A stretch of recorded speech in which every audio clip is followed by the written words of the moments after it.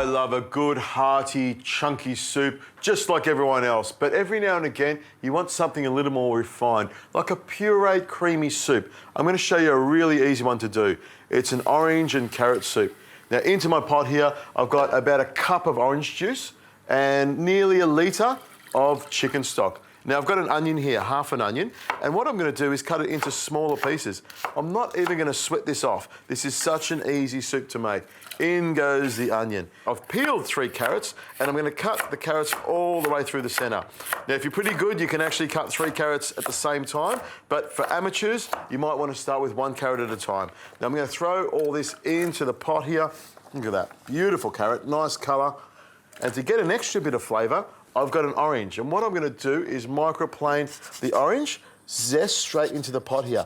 You don't need a lot of it because the orange zest is quite strong. Give it a bit of a tap, and all I need to do is let this come up to the boil with, of course, a pinch of salt in it. And once it's boiled and simmered away, the carrot and the onion will be nice and soft. All I have to do is blitz it up with my Bamix, and I'll have a beautiful, smooth, creamy soup. Now it's time to puree it up. And I've got the chopping blade on the end here. All I need to do is pop it in and it'll puree it up. I love my Bamix. It does just about everything I need to do in the kitchen. In it goes. And you know what else? It's quiet. There are so many noisy pieces of equipment in kitchens. This is the quietest thing you'll ever use.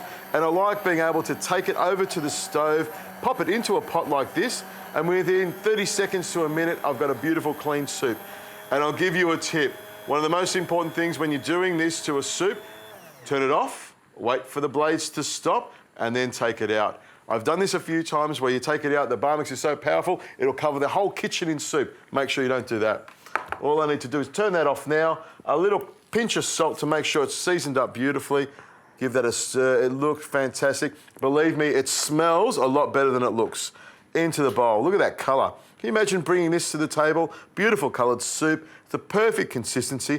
I would say that's a creamy consistency, which is what I want. But to add a little bit more flavour, we're going to add some real cream. A nice big scoop of cream in the middle there, and I'll stir that through the soup. If you do it properly, it actually floats on top. And to garnish, because we do like to garnish things nicely, a mint leaf straight on top here like that, and then a little drizzle of extra virgin olive oil. Look at that. That's nice and fancy. That's something you can sell in a restaurant. Little taste to make sure it's perfect. It's perfect.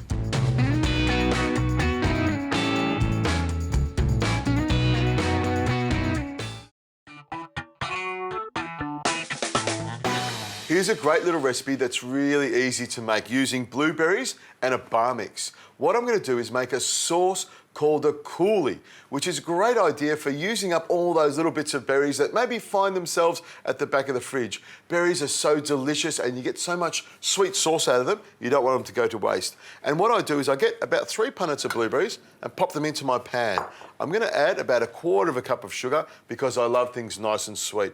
And just to get things going, I'll add a couple of tablespoons of cold water.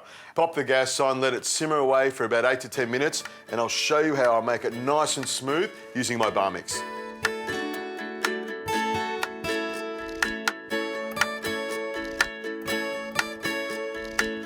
It's only taken about 8 minutes, and these blueberries have softened up beautifully.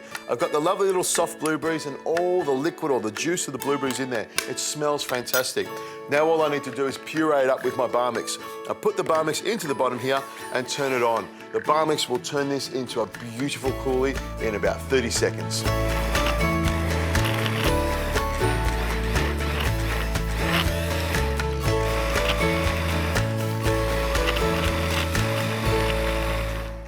Look at that, 30 seconds, and my coulis is pureed to perfection. I'll have a little taste of that.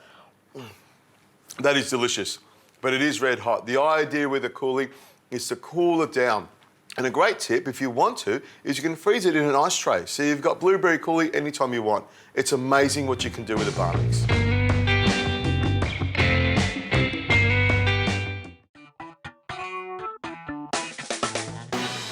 tell you what, after a big piece of fish like that, you need a dessert. And nothing says wow when it comes to desserts like a chocolate souffle. I'll show you what to do. To start with, I need eggs. With souffle, you need a lot of eggs. So what I want, first of all, is 4 egg yolks into that bowl there. And at the same time, you're going to separate the eggs and put the 6 egg whites in the bowl over there. The egg whites are, of course, the most important part of the souffle. That's what gives it its lift and its air. To get cracking with the base, which is the other most important part, I've got 2/3 of a cup of milk, some beautiful full cream milk. None of this soft milk over here. We have full cream milk. And I've got some half a cup of sugar. Caster sugar goes straight into my pot here. And I'm just going to turn the heat on and dissolve that sugar in there.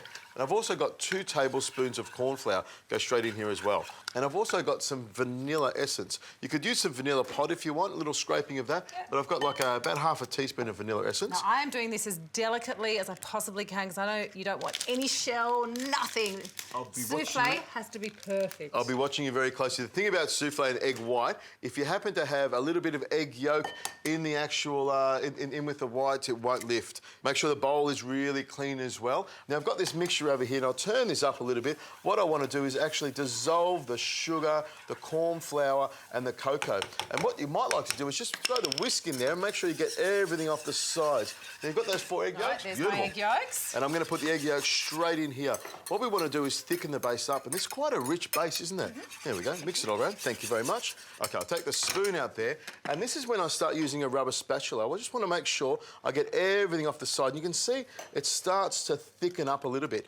Now, Zoe, in the freezer on this side, I've got a bowl. If you could pull that bowl out for me, that'd be perfect. There we go. Right down the bottom there. You'll see a bowl in the top drawer there. And it's really important, isn't it, that you get that bowl nice and cold. There we go. Nice and cold because we're going to smooth this down. Grab that chocolate and throw it straight in here. No, straight in there. Now I've got the bowl nice and cold because what I want to do is chill my base right down. Now as I add the chocolate, what I do is I take it off the heat. There we go. I'll stir that around. I'll melt this chocolate till this base becomes nice and smooth. The thing is, you've got to use a really good pot to make sure you get plenty of heat around here. And I'm using a non-stick pot because I don't want anything to stick together. All I have to do is mix that around. Now, Zoe, while I'm doing this and cooling this down, I've got the egg whites there in the Bamix. And if you have a look at the bottom of that Bamix, I've taken the little cutting blade off it and I've put that round circular blade. Fabulous. That blade there is actually for aerating egg whites and cream. So pop it in there, give it a stir around, that's it. Oh, wow. You can see it starts working already. So in a minute or so, that'll come up. Now, what I'll do is with this cold bowl, I'll put all the mixture straight in here. And what I want to do is cool this mixture down. Look at that. How quick is that? It comes up straight away. The egg whites will take a minute or so to come up. This will take another minute or so to cool down. And we'll be able to put this together and get our soufflés in the oven.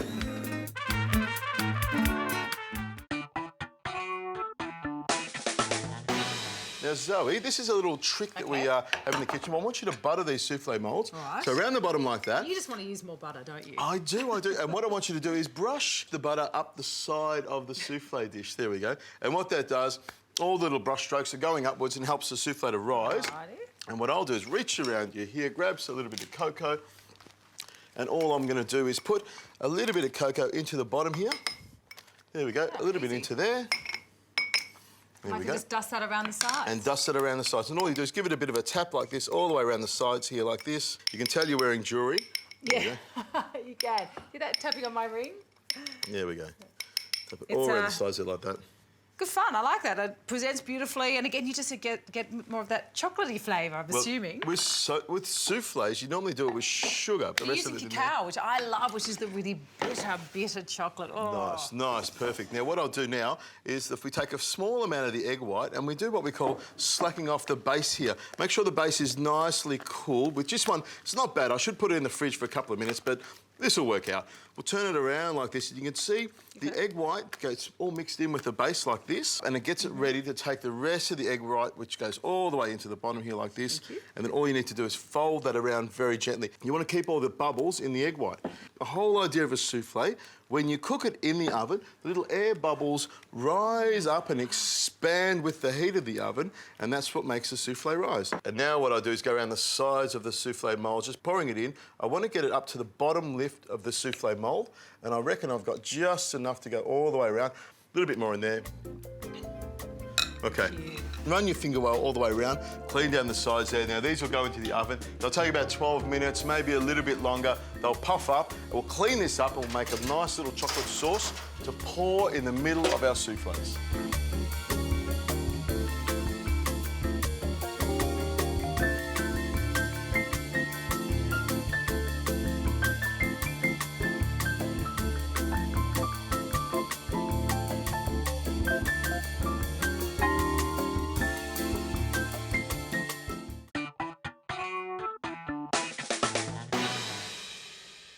Here we go, Zoe.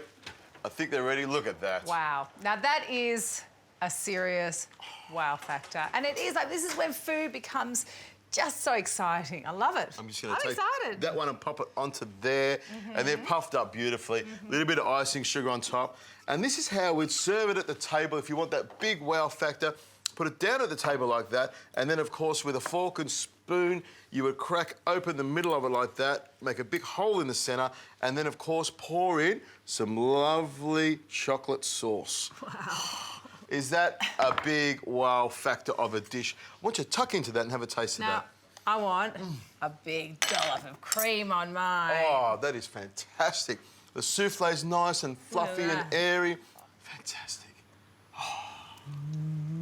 Oh, that is so good. Oh, my God. Wow. Hot You know and what? toasty. What do you think? That's a great souffle. That is an awesome souffle, particularly when you've got that little bit of chocolate there. Wow.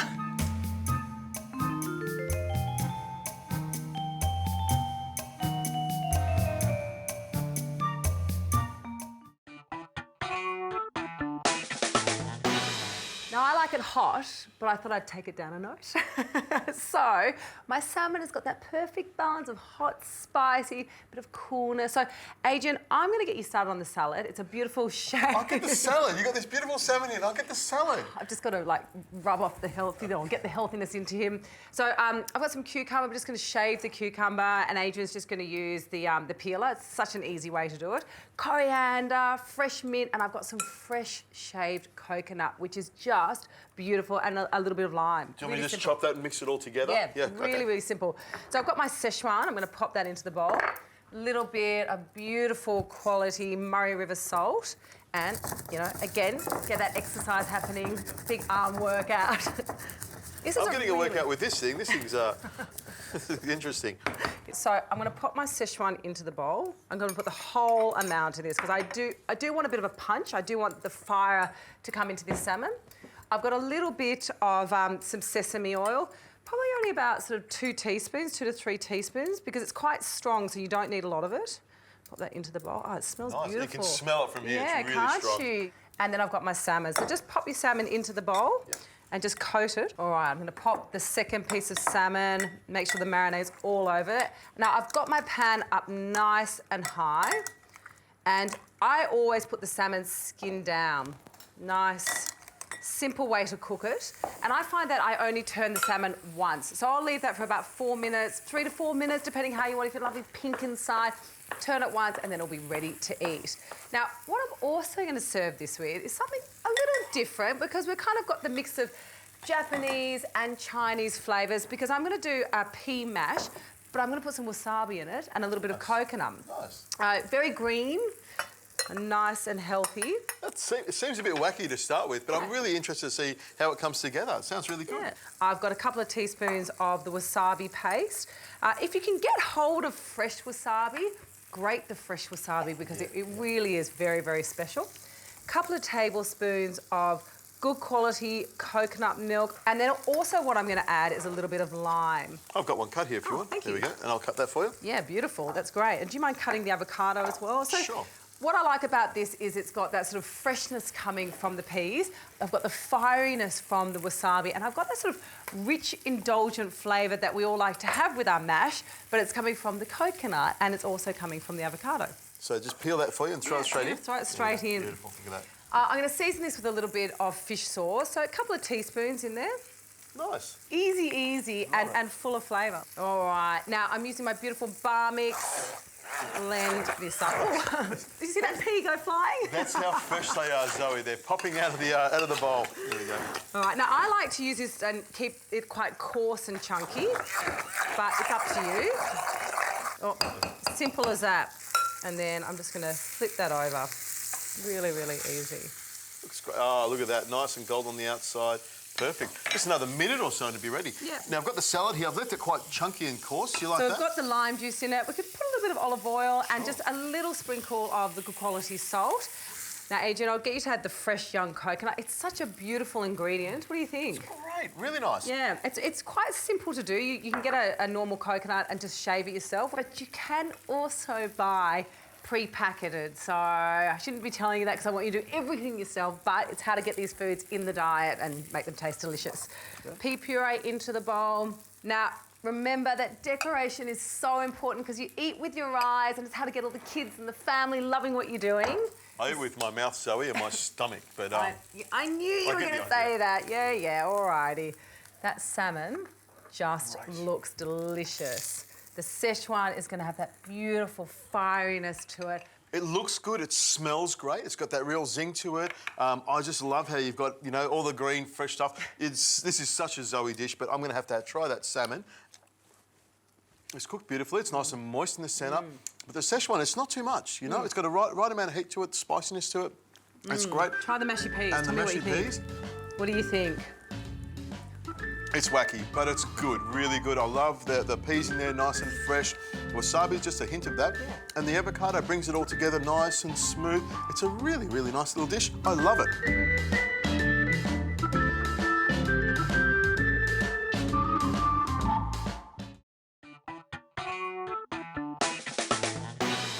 There are so many store-bought dips you can find on the market, but I don't think any of them are as good as what you can make at home. And it's simple as well. I'm going to make a green tahini with garlic dip, and I've already made some kale chips. I know they're not chips, I know, but they do work really, really well.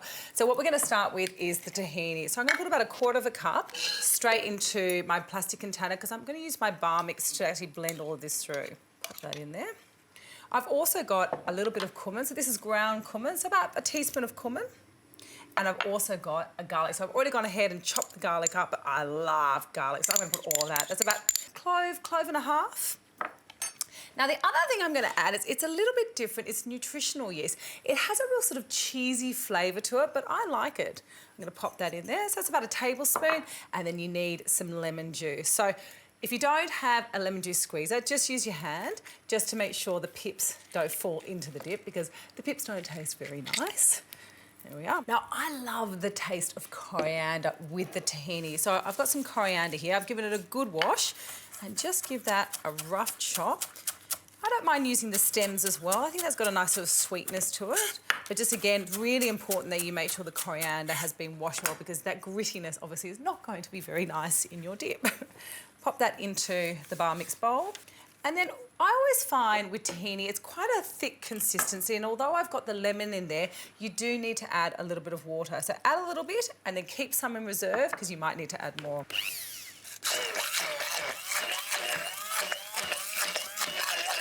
Okay, a little bit more water. There we go. That's a good consistency. You know what, I love to use tahini. I love the sesame seed flavour, but it's just full of good protein, monounsaturated fats, it's gluten-free, it's dairy-free, and it is a really, really good alternative. And the fats in it don't contain cholesterol, they just contain all the good stuff. Let me have a little try with my kale chip. Oh, yummy. They are the perfect marriage. The kale chip is nice and crunchy. The tahini is rich and full of flavour, and I love the addition of the coriander. Perfect.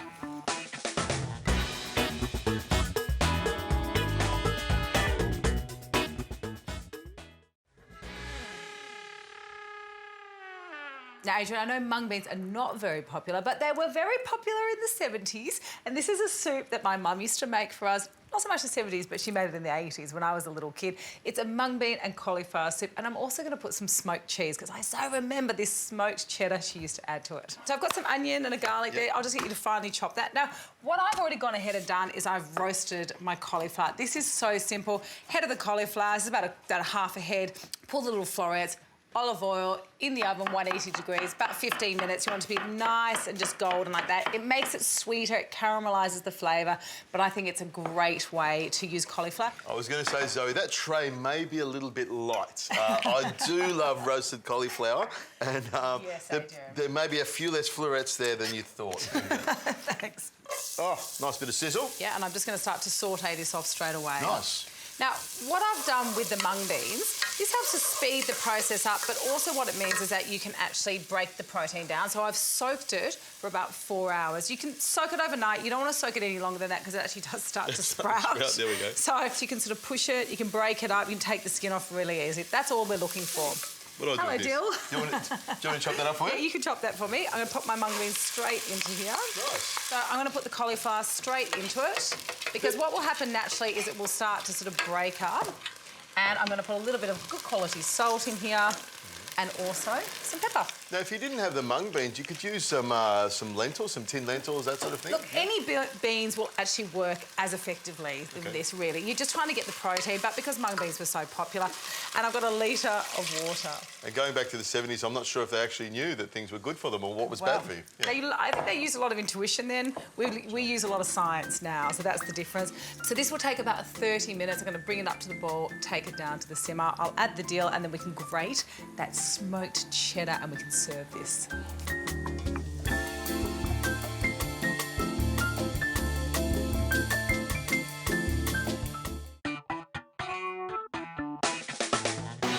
All right, so that soup's been cooking for about 25 minutes. I'm going to pop the dill in and I'm going to bar mix it. And I've got some smoked cheddar there, so give that a grate for me. And I've also got some beautiful sourdough which I've toasted. Just rip it up for me because I'm going to pop them in these fabulous retro bowls. Okay, yeah. Here we go.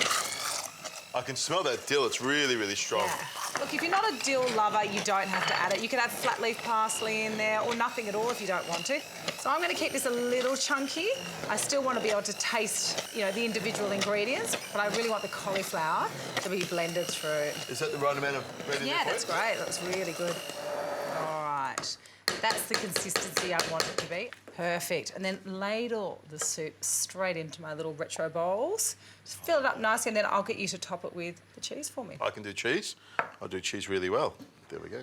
Nice thick soup. Yeah. Perfect. Bit of cheese on top of that. And that's it. A little taste of that. This is really thick. The mung beans thicken it up, don't they? They certainly do. That's delicious, Zoe. I love the cauliflowers all the way through there. The mung beans have not much flavour at all. I was thinking you could always add some more bacon to it and a little bit more salt to it. I love the cheese on top. It's a cracker of a soup. I love it. You know, that's why you and I have different tastes when it comes to recipe. For me, this is just a simple recipe. Like you said, the mung beans have got a great protein amount to them. They're filling, they take on the other flavours of food. Love the smoked cheese, but it's the cauliflower that stings out for me.